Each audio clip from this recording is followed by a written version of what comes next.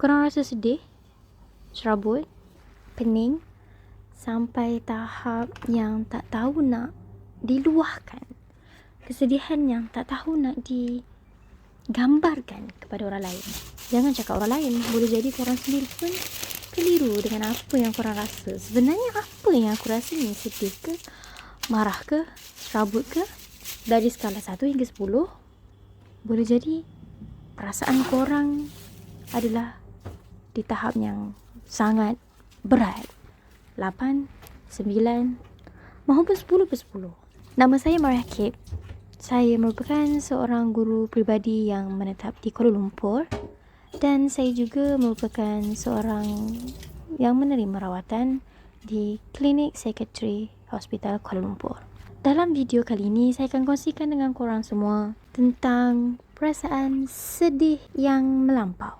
Hai, mungkin ini kali pertama anda mendengar saya bercakap, ataupun mungkin anda telah mendengar video-video saya yang sebelum ini. Mungkin anda merasakan video kali ini berbeza sebab gaya persembahan suara saya yang lebih santai dan santai. Sebab saya membayangkan anda sedang sedih dekat depan saya dan saya sedang bercakap dengan anda. Apabila anda merasakan sedih yang melampau di skala 7, 8, 9 ataupun 10/10, saya percaya sangat-sangat yang anda sangat-sangat buntu sekarang ni. Apa yang perlu anda buat? Apa sebenarnya yang anda rasa? Anda duduk dalam keadaan yang keliru. Ada beberapa perkara yang mungkin saya boleh kongsikan dengan korang berdasarkan pengalaman saya sendiri. Pada waktu itu, saya menangis tak boleh berhenti. Saya terpaksa minta bantuan orang lain untuk menenangkan saya. Itu adalah tahap sedih saya yang melampau. Dipendekkan cerita, selepas beberapa tahun, saya anggap benda tu macam lupa lah, benda lama kan, macam tu. Kita tak ada concern apa-apa. Tapi bila pandemik COVID berlaku, saya ada perubahan sikap yang sangat-sangat ketara.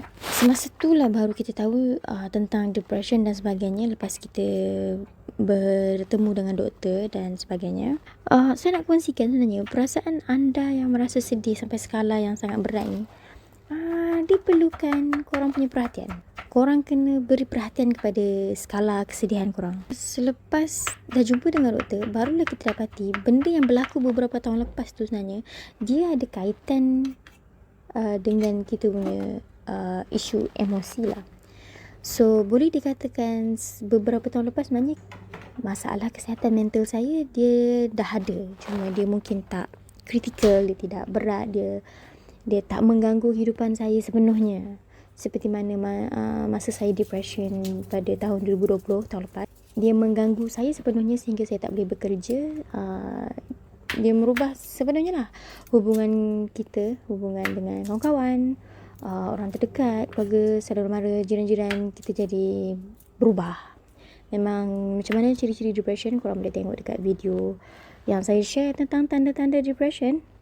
Macam itulah antara sebahagian yang berlaku pada saya, dan ianya di skala yang sangat berat lah. Jadi kalau korang rasa sedih, korang check semula skala dia berapa. Tanya dekat diri sendiri, ni skala berapa ni? Tahu tak kenapa korang nangis? Ada reason yang solid tak untuk menangis? Check semula diri kita. Boleh jadi korang terlampau stres ke semasa itu dan sebagainya. Dan cara yang mudah juga untuk korang check korang punya stres, korang boleh buat test dekat online yang ada banyak sangat. Korang boleh cari je dan jawab soalan-soalan tu untuk tahu keadaan semasa korang yang sekarang. Kalau boleh, korang boleh terus rujuk dengan doktor di klinik kesihatan. Mungkin boleh share yang saya risau dengan masalah kesihatan mental saya. Bagi tahu je direct apa isu korang.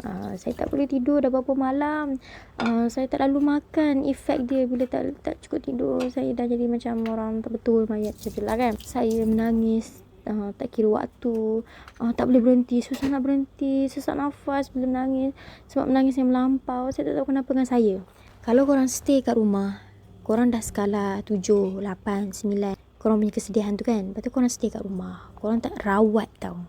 Korang rasa macam okay je, tak ada apa-apa, okay fine, duduklah kat rumah.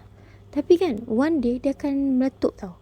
Mungkin sekarang skala dia 7, and then dengan esok lusa dia akan jadi naik tau. Dia akan naik. skala 8, dia akan naik skala 9.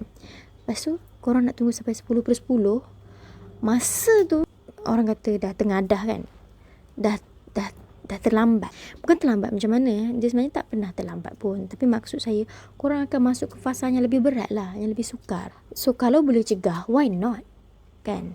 Macam tu lah. Kalau dah tahu COVID tu bahaya, pakai mask, betul tak? Kalau dah tahu makan tak basuh tangan tu kuman, nanti sakit perut, mesti kita basuh tangan kan.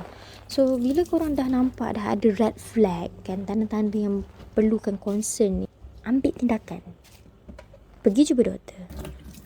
Doktor terima kita ke, doktor tak terima ke, usaha kita dulu. Means kalau korang duduk kat rumah, doktor pun tak jumpa, memang takkan ada next step.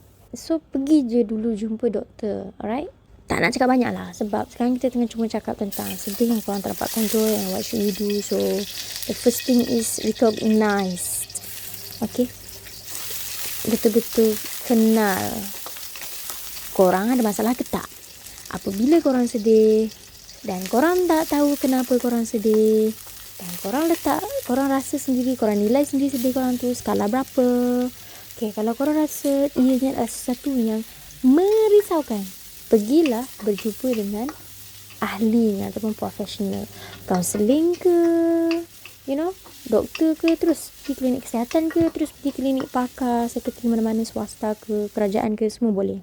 Kalau korang tak bergerak, korang stay kat situ, maka risikonya atas diri sendiri. Masa depan siapa yang bakal terkesan adalah masa depan korang. Dan jangan lupa bukan masa depan korang je, masa depan orang sekeliling korang. So kalau sayang mak ayah, sayang adik-beradik, sayang pasangan, sayang kawan-kawan, sayang kerja, sayang, pergilah rawat diri kita. Kalau korang dengar ni pun sambil menangis tak boleh berhenti, tak apalah, nangis dulu. Yang penting lepas dulu. Tarik nafas, yang penting tarik nafas. Okay, tarik nafas, kontrol pernafasan, bukan tarik nafas laju tu. Means tarik nafas tu dalam, and then you lepas slow. Okay. So dia akan bantulah, dia akan bantu sikit untuk kontrol balik pernafasan kita, bagi oksigen untuk kepala kita balik, untuk kita waras sikit balik. Okay. And then korang fikir, lepas korang dah kontrol pernafasan, korang punya nangis pun dah lebih stabil lah, orang kata. Still menangis tapi lebih stabil. Korang boleh fikir korang kat skala berapa. Bila korang dah confirm korang kat skala berapa, korang dah tenang lagi, okay, pergi cari test online, stress test dekat online. Lepas tu korang jawab, and then korang tengok result. Kalau result tu memang concern untuk korang pergi jumpa doktor, maka pergilah. Janganlah ditangguh-tangguh. Sebab apa? Allah dah kata Allah sayang orang Islam, orang beriman yang sihat.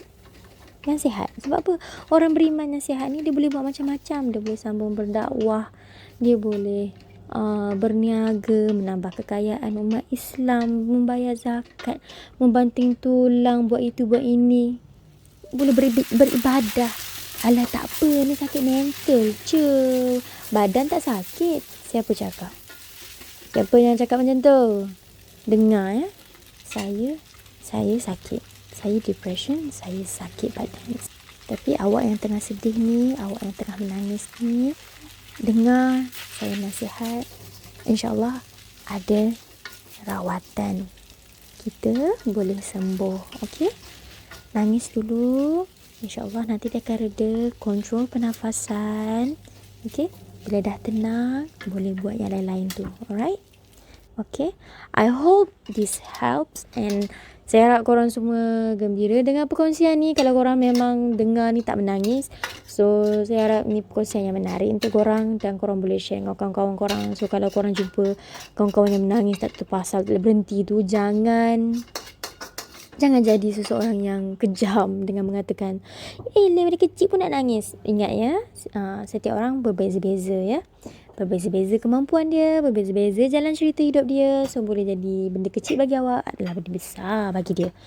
Baik, so kita jumpa di video yang akan datang.